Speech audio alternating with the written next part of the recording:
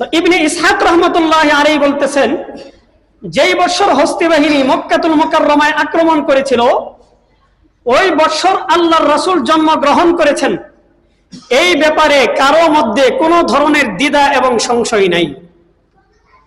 ওয়াকাল ইব্রাহিম ইবনুল মুনজির, ইব্রাহিম ইবনে মুনজির তিনি বলেন, লা ইয়াশুক্কু ফীহি আহাদুম মিন উলামাইনা আন্নাহু আলাইহিস সালাতু ওয়াস সালাম উলিদা ফি আমাল ফিল।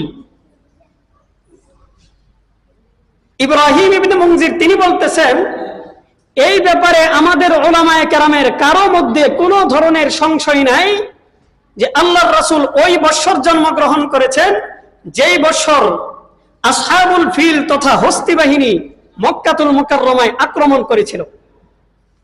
এই বছর আল্লাহর রাসূল জন্মগ্রহণ করেছেন, এই ব্যাপারে কেউ কোনো ধরনের